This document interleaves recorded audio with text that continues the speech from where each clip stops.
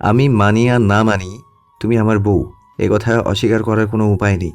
তোমার সব কিছুর দায়িত্ব যেহেতু আমি নিয়েছি, তাই সেখানে অন্য কেউ হস্তক্ষেপ করুক এটা আমার পছন্দ না। খবরদার যদি রৌনকের পড়ার বিষয়ে কিছু বলেছ, এখন রাস্তায় দাঁড়িয়ে আড্ডা দেওয়া বাদ দিয়ে ক্লাসে যাও। আর যেন না দেখি এসব। শুরু থেকে সবকিছু ভালোভাবে বললেও শেষের কথাটা ধমকে বলেছে স্বপ্নীল। যে ধমকে ফোনের এপাশ থেকে ঈষৎ কেঁপে উঠল রাহিতা। তবে এর এহেন আচরণের মানে খুঁজে পেল না সে। স্বপ্নীল কদিন ধরে এমন করছে কেন? ওর কি সমস্যা? সে অন্য কারোর সাথে মেলামেশা করলে তবে কি স্বপ্নীল ওর উপর অধিকার খাটানো শুরু করে দিয়েছে? আনমনেই ভাবে রাহিতা। ভার্সিটির ভেতর প্রবেশ করার আগে কি মনে করে যেন এক পলক পেছন ফিরে সে। গাড়ি আগের জায়গাতেই আছে, জানালার কাছ নামানো। সেখান হতে শক্ত চোয়ালে স্টিয়ারিং ধরে থাকা স্বপ্নীল স্পষ্ট চোখ পড়ল তার। সেদিক কিছুক্ষণ নির্বোধের মতো তাকিয়ে থাকতে পুনরায় টুং করে মেসেজ এলো রাহিতার ফোনে। আমি তোমারই হাজব্যান্ড। বাসায় আমায় দেখা যথেষ্ট সময় পাবে, কিন্তু এখন ভেতরে না গেলে ক্লাস মিস করবে। গো। আচমকা স্বপ্নীলের এমন গম্ভীর কণ্ঠে বুকের মাঝে ধক করে ওঠে রাহিতার। স্বপ্নীলটার কি হলো আজ? সে কিনা সদা ওকে বউ হিসেবে মানতে নারাজ ছিল, সে আজ নিজ মুখে স্বীকার করছে ওদের মধ্যেকার পবিত্র সম্পর্ক। অদ্ভুত, এসব ভেবেই একটা ঘোরে চলে যায় রাহিতা।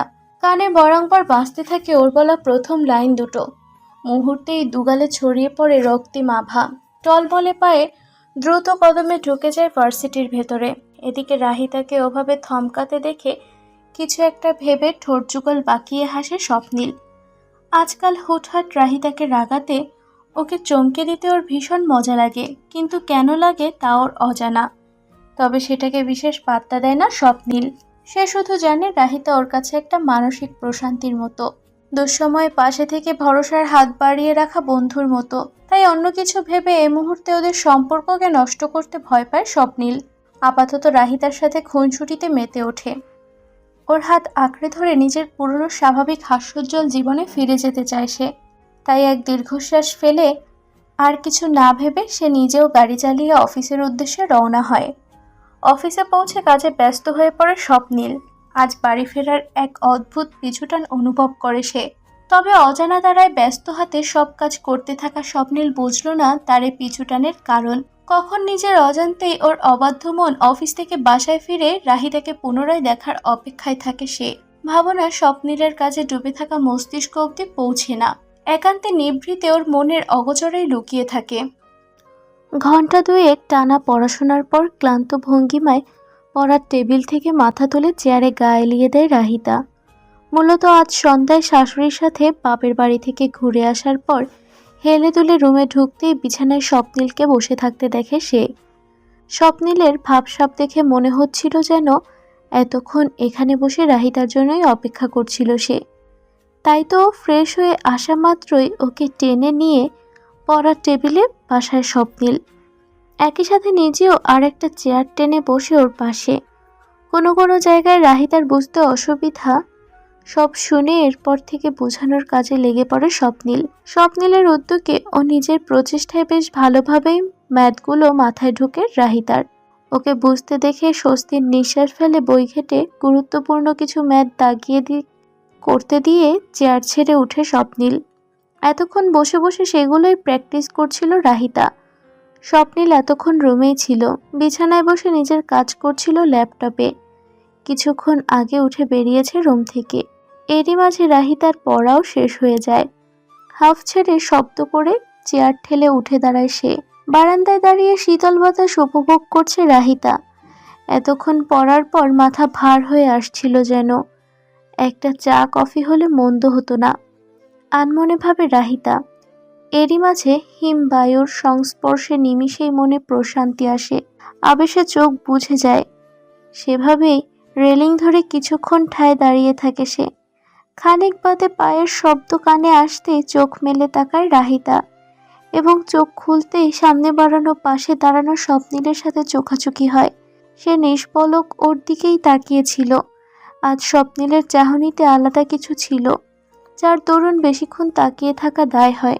মুহূর্তের মাঝে চোখ নামিয়ে নেয় রাহিতা। ঠিক সে সময় ওর নত হওয়া চোখের সামনে একটি বাড়িয়ে রাখা হাতে কফির মগ ভাসে। স্বপ্নিল ওর দিকে কফির মগ বাড়িয়ে দিয়েছে। চমকে ওঠে পুনরায় স্বপ্নিলের দিকে তাকায় রাহিতা। এবার ওর অপর হাতে আরেকটি কফির মগ দেখে সে রাহিতাকে তাকাতে দেখে মাথা নাড়িয়ে নিজের হাত থেকে মগটি নিতে ইশারা করে স্বপ্নিল। ধীর হস্তে সে কাপ নিয়ে হালকা হাসে রাহিতা। সে হাসি লক্ষ্য করে ওর দৃষ্টির অগোচরে হাসে স্বপ্নিল নিজেও। ধোয়া ওঠা কাপে ছোট ছোট চুমুক দিয়ে কফি পান করছে রাহিতা।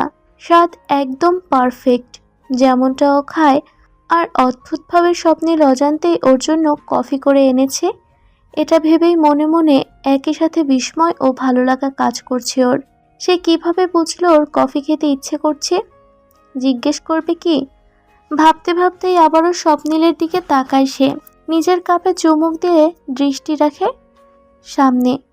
এক মনে রাস্তা দেখছে স্বপ্নিল। নীরবতার অবসান ঘটিয়ে হাসি হাসি মুখে রাহিতা নিজেই প্রশ্ন করে, থ্যাংক ইউ, এটার সত্যি খুব দরকার ছিল এখন। আচ্ছা, আপনি কিভাবে বুঝলেন আমার কফি খেতে ইচ্ছা করছিল? অনেকক্ষণ থেকেই তো পড়ছো, স্বাভাবিক, মাথা ধরে যাওয়ারই কথা। আমারও এতক্ষণ ল্যাপটপ চালিয়ে কফির প্রয়োজন ছিল, ভাবলাম তোমার জন্যও নিয়ে আসি। আর চোখে ওর হাসি মুখ প্রত্যক্ষ করে ধীর গলায় জবাব দেয় স্বপ্নিল। ওর জবাবে খানিকটা দমে যায় রাহিতা। তবে কি শুধু নিজের খেতে ইচ্ছে করছিল বলেই সৌজন্যতার খাতিরে ওর জন্য নিয়ে এলো স্বপ্নিল? ওর জন্য চিন্তা করে নয়? এদিকে রাহিতাকে জমে যেতে দেখে মনে মনে হাসে স্বপ্নিল। বস্তুত রাহিতার জন্যই কফি করতে নিচে নেমেছিল সে। এতক্ষণ ধরে পড়ছে মেয়েটা, ওর কফির প্রয়োজন বিধায় স্বপ্নিল সবার চোখ ফাঁকি দিয়ে নিজ হাতে বানিয়ে এনেছে ওর জন্য। একই সাথে নিজের জন্য বানিয়েছে। কিন্তু স্বপ্নিল জানে রাহিতা কি উত্তর শুনতে চেয়েছিল ওর থেকে, এজন্য ইচ্ছে করেই ওকে জ্বালানোর জন্য কথা ঘুরিয়ে এভাবে বলে সে। কিন্তু আসল কারণ তো শুধু স্বপ্নিল নিজেই জানে। রাহিতাকে চুপ হতে দেখে স্বপ্নিল এবার নিজে গলায় বলতে উদ্যোগ নেয়। কাপে শেষ চুমুক দিয়ে অবশিষ্ট কফি সাবার করে আগ্রহী ভঙ্গিতে বলে, কেমন হয়েছে বললে না তো? আমি তো খুব একটা চিনি খাই না, তুমি হয়তো খাও, তাই আন্দাজে দিয়েছি। ঠিকঠাক আছে সব? একদম ভালো হয়নি।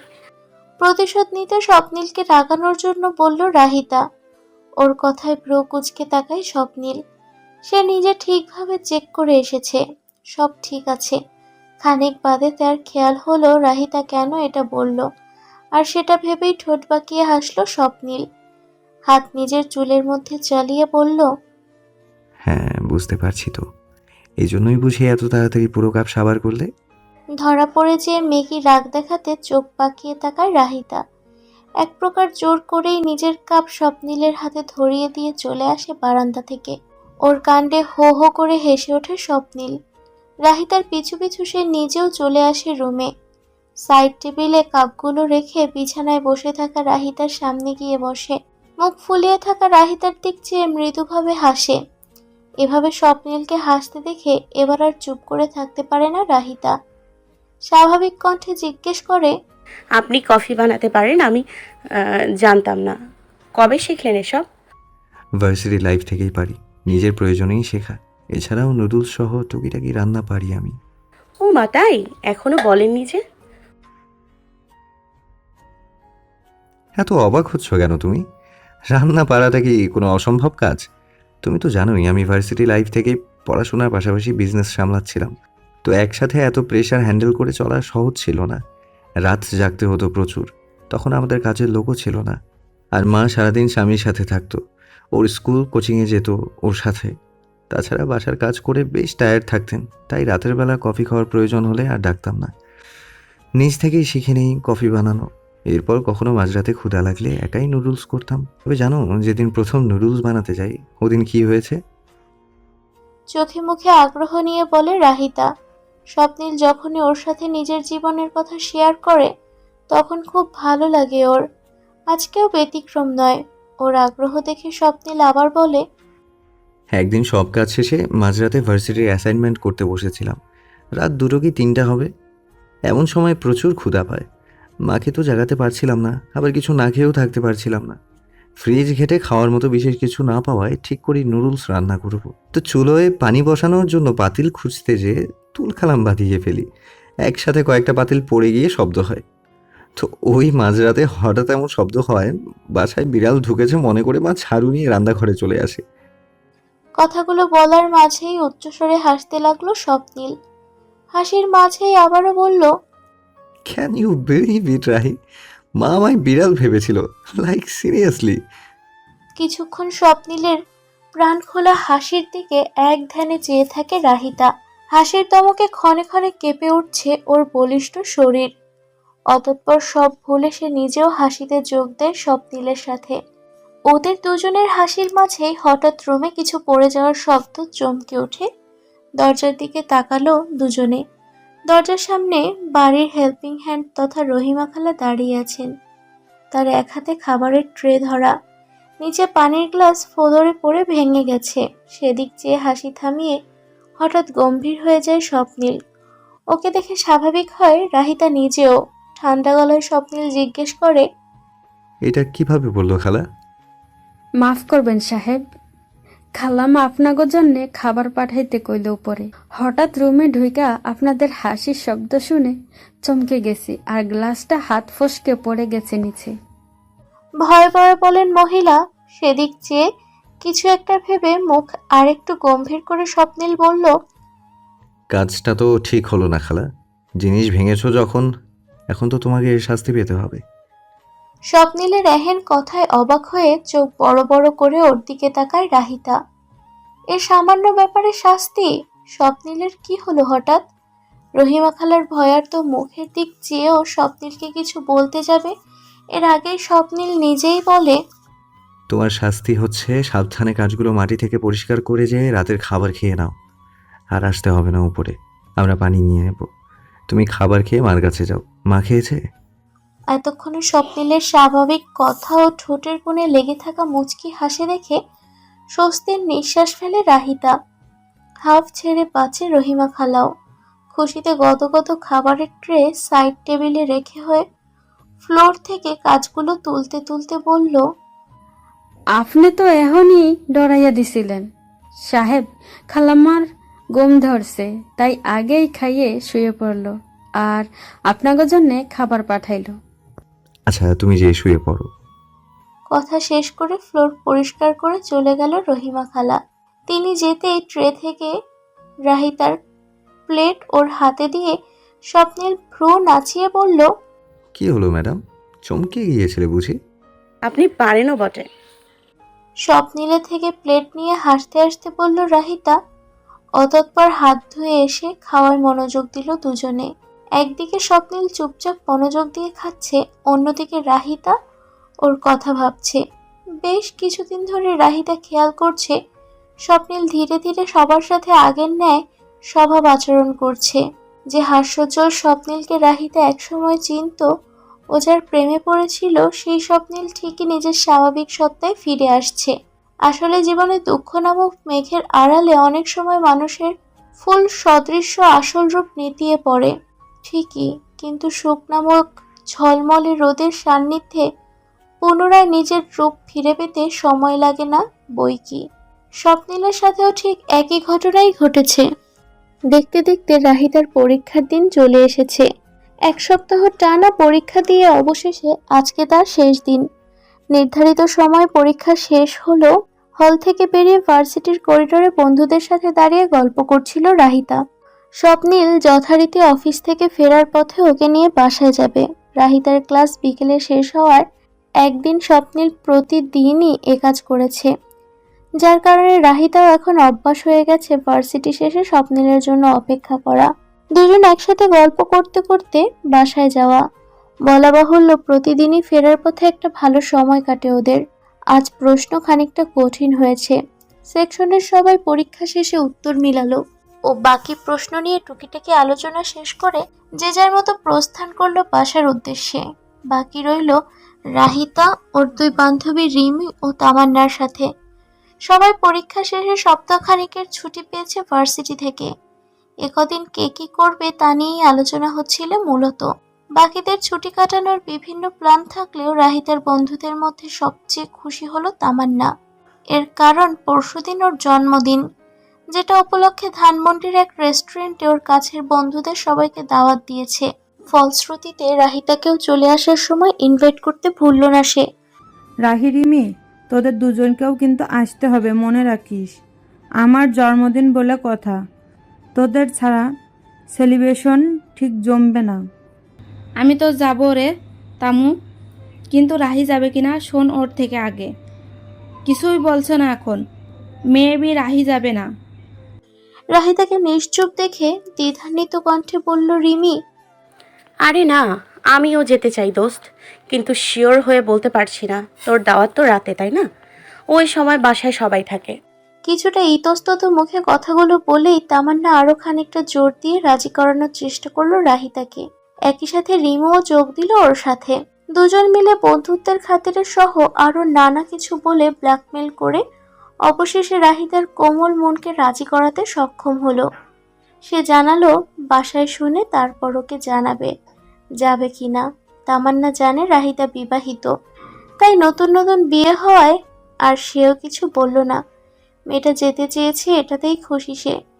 ওদের থেকে বিদায় নিয়ে ভার্সিটি থেকে প্রস্থান করলো তামান্না। পিছে রয়ে গেল ওরা দুজন। তামান্না যেতেই ওদের সামনে আচমকা আগমন ঘটে নিবিড়ের। এবার ওকে দেখে আর চমকে যায় না রাহিতারা, কেননা একদিন পরীক্ষার সুবাদে যখনই সময় পেয়েছে লাইব্রেরিতে বসে একসাথে গ্রুপ স্টাডি করেছে ওরা তিনজনে। টপার হওয়ায়ও ভালো বুঝতে সক্ষম হয় সম্ভাব্য গুরুত্বপূর্ণ টপিকগুলো নিবিড়ের নোটস থেকেই পড়ে ফেলেছে রাহিতা একদিনে। যদিও এ ব্যাপারে রিমির আগ্রহ বেশি ছিল, তবুও পরীক্ষার কাজে লাগছে বলে রাহিতাও আর দ্বিমত করেনি পরে। তাই এখন তাদের বন্ধুত্ব আগের তুলনায় কিছুটা ভালো। আগের মতো জড়তা কাজ করে না অতটা। হেই রাহি, দাঁড়িয়ে আছো কেন? বাসায় যাবে না? শুধু রাহিকে বলছো কেন? ওর সাথে আমিও দাঁড়িয়ে আছি। তা কি চোখে পড়লো না? নাকি পাওয়ার কমে গেছে চশমার? রাহিতার উত্তর দেওয়ার আগে চোখ উল্টিয়ে নিবিড়ের প্রশ্নের জবাব দেয় রিমি। হুট করে এমন প্রশ্ন করাতে থতমত খেয়ে যায় ছেলেটা। নাকের ডগার ওপর চশমা ঠিক করতে করতে বলে, অফকোর্স দেখেছি, দেখবো না কেন? কিন্তু তোমাকে আমি ইচ্ছে করে জিজ্ঞেস করিনি। ইচ্ছে করে তা কেন? আনমনে বলা নিবিড়ের কথার বিপরীতে অবুঝের ন্যায় প্রশ্ন করে রিমি।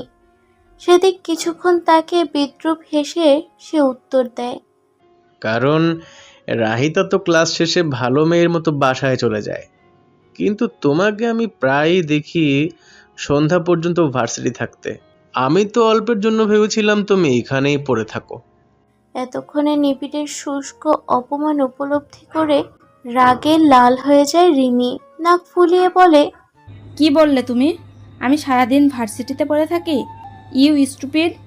আমি আগে বাসায় যে কি করব?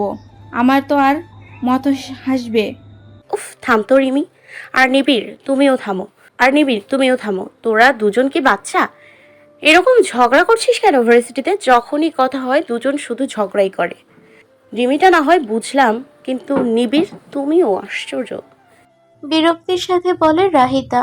ওকে বলতে দেখে হঠাৎ চুপ হয়ে যায় দুজনে। রিমি স্বাভাবিক থাকলেও নিবিড় খানিকটা বিব্রত বোধ করে। দাঁতে দাঁত চেপে রিমির দিক চেয়ে বলে, আমি তো ঠিকই ছিলাম, শুরুটা তো ওই করেছে। এই, আমি শুরু করেছি মানে? তুমিই তো। ফুঁসে ওঠে আবারও নিবিড়ের দিকে। তেড়ে আসতে লাগে রিমি। ওকে সঠিক সময় থামিয়ে দেয় রাহিতা। সরিয়ে আনে বলে, এবার থাম রিমি, কি শুরু করেছিস? হ্যাঁ, কোথায় কাল থেকে ছুটি, তার জন্য খুশি হবি তা না, আর তুই সেধে ঝগড়া করছিস। এবার রিমি কিছু বলার আগেই নিবিড় কথা বলে, ও ভালো কথা, যেটা বলতে এসেছিলাম তা তো ভুলেই গিয়েছিলাম। আমার বার্থডেতে ইনভাইট করেছে না তোমাদের? যাচ্ছ তো নাকি? আমি তো যাচ্ছি। রাহি এখন শিওর না। আগ বাড়িয়ে কথা বলে রিমি। ওর কথায় বিরক্ত হয় নিবিড়। সে কি ওকে জিজ্ঞেস করেছে? করেনি তো, তবুও এই মেয়েটার স্বভাব আগ বাড়িয়ে কথা বলা। হ্যাঁ, বাসায় জানাতে হবে আগে, ওই দিন কোনো প্রোগ্রাম আছে কি না। বলা তো যায় না কখন কি থাকে, তাই আগেই শিওরিটি দিতে পারছি না। ও আচ্ছা, ঠিক আছে, দেখো কি করো। তবে তুমি আসলে ভালোই হতো। আমরা সবাই যাচ্ছি, বেশ মজাই হবে কিন্তু। হ্যাঁ, আমি ট্রাই করব যাওয়ার। মৃদু হেসে উত্তর দিল রাহিতা। আরও টুকিটাকি কথা বলার মাঝেই ফোন এলো নিবিড়ের। ফোন রিসিভ করে চলে গেল সে। এবার হাত ঘড়িতে তাকিয়ে রাহিতা লক্ষ্য করে স্বপ্নিলের চলে আসার সময় হয়ে গেছে। তাই রিমিকে সাথে নিয়ে ভার্সিটি থেকে বের হওয়ার উদ্দেশ্যে পা বাড়ায় সে নিজেও। আচ্ছা রাহি, তুই কেন শিওর না? ভাইয়া কি তোকে আসতে দিবে না? রাহিতা তাকাতেই রিমি কথা ঘুরিয়ে বলল, না মানে, আমি যতদূর তোর থেকে শুনেছি তোর শাশুড়ি অনেক ভালো, মানা করার কথা না। আর তোর ভাষ্য মতে স্বপ্নইল ভাইয়াও যদি তোকে শুধু বন্ধু হিসেবেই দেখে, তবে এসব বিষয়ে তো অধিকার ফলানোর কথা না। তাহলে মানা করার কথা আসছে কোথা থেকে? রিমির কথা কি উত্তর দেবে ভেবে পায় না রাহিতা। ওর দ্বিধাদ্বন্দ্বের আসল কারণ হলো স্বপ্নিল নিজেই। কেননা এখন আর স্বপ্নিল সেই আগের মতো নেই। মুখে কিছু না বললেও আজকাল রাহিতার সকল বিষয়ে ধীরে ধীরেই অধিকার দেখানো শুরু করেছে সে। তবে সেটা কি স্বপ্নিল জেনে বুঝেই করেছে, না নিজের অজান্তে এ ব্যাপারে সন্দিহান রাহিতা? তাই তো বোকার ন্যায় বলল, আমি জানি না রিমি, ওনাকে আমি ঠিকমতো বুঝে উঠতেই পারিনি এখনো। তার আচরণ কেমন যেন ধোঁয়াশাময়। কখনো মনে হয় তিনি মন থেকে আমাকে বউ হিসেবে মেনে নিয়েছেন, আবার কখনো মনে হয় এটাও হয়তো তার নিছক দায়িত্ববোধের মধ্যে পড়ে। আমি খুবই কনফিউজড রে দোস্ত। বিষয়টা আসলে কনফিউজিং। স্বপ্নিল ভাইয়া এমন কেন? তুই ভালো দেখে কিছু বলছিস না? আমার জামাই হলে আমি তো ওরে। রাহিতার চোখ পাকানো দেখে বহু কষ্টে মুখের কথা বের হওয়ার আগেই গিলে ফেলে রিমি। আজকাল মাঝে মধ্যেই রাহিতার ওপর ভীষণ রাগ হয় ওর। কিভাবে নিজের অনুভূতিকে গুটিয়ে রেখে স্বপ্নিলের সামনে চলাফেরা করে মেয়েটা। আর স্বপ্নিল, সে তো এ ব্যাপারে চির অজ্ঞাত। এভাবে চললে ওদের মধ্যে কিভাবে সব ঠিক হবে রিমি ভেবে পায় না। আর তখনই ওদের দুজনের প্রতি ক্রুদ্ধ হয় তার অন্তর। রাগের চোটে নিজেকে কন্ট্রোল করতে পারে না সে। পরদিন সন্ধ্যা, ড্রয়িং রুমে সবার সাথে বসে আছে রাহিতা। স্বপ্নিল রাস্তায় যে কোনো মুহূর্তে ফিরে বাসায়। এক সোফায় দিলারা বেগম ও রাহিতা, অপর সোফায় সামিরা বসে। সেখান থেকেই অনর্গল কথা বলে যাচ্ছে মেয়েটা। এক দণ্ড চুপ থাকে না সে। কলেজে কি হয়েছে না হয়েছে, নতুন স্যার এসে কি করেছে, এসব বিষয় মা ও ভাবিকে জানানো যেন বেশ গুরুত্বপূর্ণ এমন ভাবভঙ্গি তার। নিজের কথা শেষ করে রাহিতার উদ্দেশ্যে সামিরা বলে, আমার কলেজের কথা তো অনেক হলো, এবার ভাবি তুমি তোমার ভার্সিটির কথা কিছু বলো, আমরাও শুনি। আমার ভার্সিটির কথা কি শুনবে? বলো যদি কোনো মজার ঘটনা মনে পড়ে তবে। যেমন আমার এক ফ্রেন্ডের বার্থডেতে ওকে সারপ্রাইজ দিতে চেয়ে আমরা নিজেরাই সারপ্রাইজড হয়ে গেছিলাম। জানো হয়েছিল কি? স্বামী, 1 মিনিট দাঁড়াও। তুমি ভালো একটা কথা মনে করিয়ে দিয়েছো, থ্যাঙ্কস। বলবো করে আমি তো ভুলেই গিয়েছিলাম কাল থেকে। সামিরা পুনরায় কথা বলা শুরু করতেই ওকে থামিয়ে দেয় রাহিতা। তামান্নার বার্থডে পার্টির কথা তো বাসায় জানাতে ভুলেই গিয়েছিল রাহিতা। যাক, অবশেষে সামিরার মুখে বার্থডে শুনে বিষয়টা আবারও মাথায় এলো তার। কি বলতে যে ভুলে গিয়েছিস রাহি? আসলে মা, আমার এক ফ্রেন্ডের জন্মদিন কালকে। সন্ধ্যায় ধানমন্ডির এক রেস্টুরেন্টে দাওয়াত দিয়েছে কিছু ক্লোজ ফ্রেন্ডদের। আমাকেও যাওয়ার জন্য খুব জোর করছিল।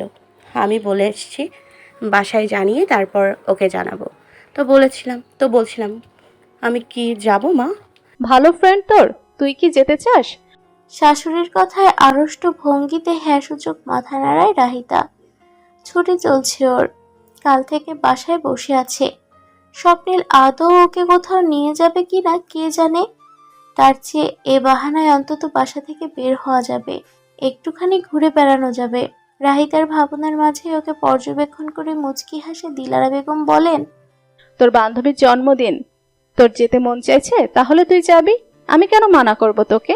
আমি কি ওরকম শাশুড়ি নাকি যে বিয়ের পর বউদের বাড়ির বাহিরে যেতে বাধা দিবে? এটাই তো তোর বয়স আনন্দ ফুর্তি করার, ঘুরে বেড়ানোর। আর তাছাড়াও ধানমন্ডি তো আমাদের এখান থেকে বেশি দূরেও না, তাই আমিও বাধা দেব না। শাশুড়ির কথায় ও চিন্তা ভাবনায় আর এক দফা মুগ্ধ হলো রাহিতা। ওর মন চাইছে ওনাকে শক্ত করে জড়িয়ে ধরতে। এত ভালো কেন এই মানুষটা? রাহিতা কিছু বলবে এর আগেই স্বপ্নিলের কণ্ঠ কানে ভাসে ওর। কে কোথায় যাচ্ছে মা? চমকে ওঠে সেদিকে, তাকায় রাহিতা। মুহূর্তেই অফিস ফেরার ক্লান্ত ঘামাক্ত স্বপ্নিলকে চোখে পড়ে ওর। আজকে একটু বেশি কাজের চাপ ছিল বিধায় বাসায় ফিরতে দেরি হয়েছে তার। স্বপ্নিলের চেহারা দেখে তার স্পষ্ট বোঝা যাচ্ছে। তুই এসেছিস বাবা? জলদি বস এখানে, বেশ ক্লান্ত দেখাচ্ছে তোকে। ছেলেকে দেখে চিন্তিত ভঙ্গিতে বললেন দিলারা বেগম। হালকা হেসে মায়ের পাশে সোফায় গা এলিয়ে বসে স্বপ্নিল, আর চোখে রাহিতার দিক তাকিয়ে পুনরায় প্রশ্ন করে। এবার বলো, কি যেন বলছিলে তুমি? শুনলাম কে কোথায় যাবে? ওহ ওটা, আরে বাহির এক বান্ধবীর জন্মদিনের পার্টিকাল, সেখানে যাওয়ার কথা বলছিল মেয়েটা, তাই আমিও বললাম ওর যেতে মন চাইলে যাবে। এটাও আবার জিজ্ঞেস করা লাগে? আমাদের কোনো অসুবিধা নাই, কি বলিস? মায়ের প্রশ্নের জবাব দেয় না স্বপ্নিল। গম্ভীর মুখে রাহিতার উদ্দেশ্যে জিজ্ঞেস করে, কার বার্থডে? কোথায় হবে পার্টি? কে কে যাবে? আরে ভাইয়া আসতে, তুমি তো দেখি ভাবিকে ঝড়ের বেগে একটার পর একটা প্রশ্ন করেই যাচ্ছ। রসিকতা করে ভাইয়ের উদ্দেশ্যে কথাটা বলেই স্বপ্নিলের চাহনি দেখে থেমে যায় সামিরা। চুপচাপ মুখে কুলুপাটে সে। অতঃপর স্বপ্নিলের সব প্রশ্নের জবাব দেয় রাহিতা। মনোযোগ দিয়ে ওর কথা শুনে কিছুক্ষণ এক দৃষ্টিতে চেয়ে থাকে সে। খানিক বাদে হুট করেই শক্ত মুখে বলে, রাহি যাবে না পার্টিতে। হঠাৎ করে যেন চমকে উঠল রুমে বসা 3 রমণী। বলছেটা কি স্বপ্নিল? কেন যাবে না রাহিতা? বিস্মিত রাহিতা চোখ ছোট ছোট করে প্রশ্ন করে, আপনি এমন করছেন কেন? যাব না কেন আমি? তাছাড়া মা তো রাজি হয়েছেই। মা রাজি হয়েছে ঠিক আছে, কিন্তু মায়ের ছেলে রাজি হয়নি, তাই তুমি যাবে না। স্বপ্নিলের কাটখাট উত্তর। তা শুনে করুণ চোখে শাশুড়ির দিকে তাকায় রাহিতা। ছেলের উদ্দেশ্যে দিলারা বেগম বলেন, আহা, এমন করছিস কেন স্বপ্নিল? যেতে দে না মেয়েটাকে বাবা, গাড়িতে করে যাবে আসবে, খুব বেশি রাতও করবে না, আগেই চলে আসবে। কি সমস্যা তোর? আমার সমস্যা তুমি বুঝবে না মা। রাহি এ পার্টিতে যাবে না বললাম তো। আরে শুনুন না, বলছিলাম যে আমি কিচ্ছু শুনতে চাই না রাহি। একবার বলেছি না তুমি পার্টিতে যাবে না, তার মানে তুমি যাচ্ছ না, ব্যাস।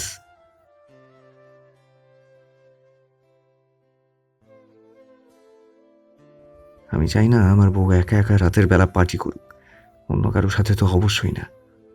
রুমে যেয়ে বেশ কিছুটা সময় নিয়ে ফ্রেশ হয়ে আসে স্বপ্নিল। এতক্ষণে মাথাটা একটু ঠান্ডা হয়েছে বোধ হয়। হাত পা ছেড়ে বিছানায় বসতেই হয়েছে। একটু আগের করা নিজের আচরণের কথা মনে পড়ল ওর। সে কি একটু বেশি রিয়্যাক্ট করে ফেললো নাকি? আনমনেই ভাবে স্বপ্নিল। রাহিতার সাথে এমনটা না করলেও পারত সে। মেয়েটা নিশ্চয়ই খুব কষ্ট পেয়েছে। নিজের মন ধিক্কার দিল তাকে। কিন্তু পরক্ষণেই স্বপ্নিলের মনে পড়ল হুট করে তার এমন আচরণ করার কারণ। কদিন আগে স্বপ্নিলের এক বন্ধু, সাফায়েতের ছোট ভাই, এমনই এক কাছের বন্ধুর বার্থডে পার্টিতে গিয়েছিল। সেখান থেকে মদ্যপা অবস্থায় বাসায় ফিরেছে। কোনোদিন মদ না ছুঁয়ে দেখা ছেলেটাও বন্ধুদের চাপে পড়ে গ্রহণ মদ্যপান করতে বাধ্য হয় প্রায় একই সাথে সে স্থানে ছেলে মেয়েদের অশ্লীলতা ও অবান্তর ঢলাঢলি প্রত্যক্ষমান ছিল। এ নিয়ে ওদের বাসায় বেশ তুলকালাম বেঁধেছিল। রাগের বশে ভাইকে মেরেছিল সাফাত। আজকালকার জেনারেশনের এ অধঃপতন নিয়েই সেদিন স্বপ্নিলের বন্ধুদের মধ্যে আলোচনা হয়েছিল বেশ কিছুক্ষণ। তাই আজ রাহিতার মুখে বার্থডে পার্টি শুনে অজান্তেই ওর স্মৃতি মাথায় আসে স্বপ্নিলের। তাই তো ছেলেমেয়েরা সব একত্রে পার্টি করছে শুনে মুহূর্তে খেপে যায় সে। যাই হোক, সেসব কথা যদিও স্বপ্নিল জানে রাহিতার বন্ধু বান্ধবরা এমন নয়, রাহিতাকে হাজার জোর করলেও সে এমন কিছুই করবে না, তবুও স্বপ্নিলের অবাধ্য মন বুঝতে নারাজ। প্রসঙ্গ যেখানে রাহিতার আসে সেখানে এক চুল পরিমাণ রিস্ক নিতে স্বপ্নিল রাজি নয়। নিজের এমন চিন্তা ভাবনার মাঝে স্বপ্নিল একই সাথে ভাবতে লাগলো রাহিতার মন কিভাবে ভালো করা যায়। ওর আচরণে একটু আগে নিশ্চয়ই খুব কষ্ট পেয়েছে মেয়েটা। হুটহাট কদম ফেলে ঝড়ের বেগে রুমে প্রবেশ করে রাহিতা। ওর পায়ের শব্দে চোখ তুলে তাকায় স্বপ্নিল। রেগে আছে রাহিতা। ফর্সা চেহারার লালচে ভাবে রাগের আভাস স্পষ্ট দৃশ্যমান। এ ভাব ঠিক রাগ না অভিমানের ঠিক বুঝে উঠতে পারল না স্বপ্নিল। সেদিক না তাকিয়েই ওর সাথে কোনো কথা অবধি না বলে একা একা বারান্দায় চলে গেল রাহিতা। বেশ কিছুক্ষণ অতিক্রম হলো। রুমের ভেতরে ওর জন্য অপেক্ষা করলো স্বপ্নিল, কিন্তু এখনো রাহিতা আসছে না দেখে সে নিজেই চলে গেল বারান্দায়।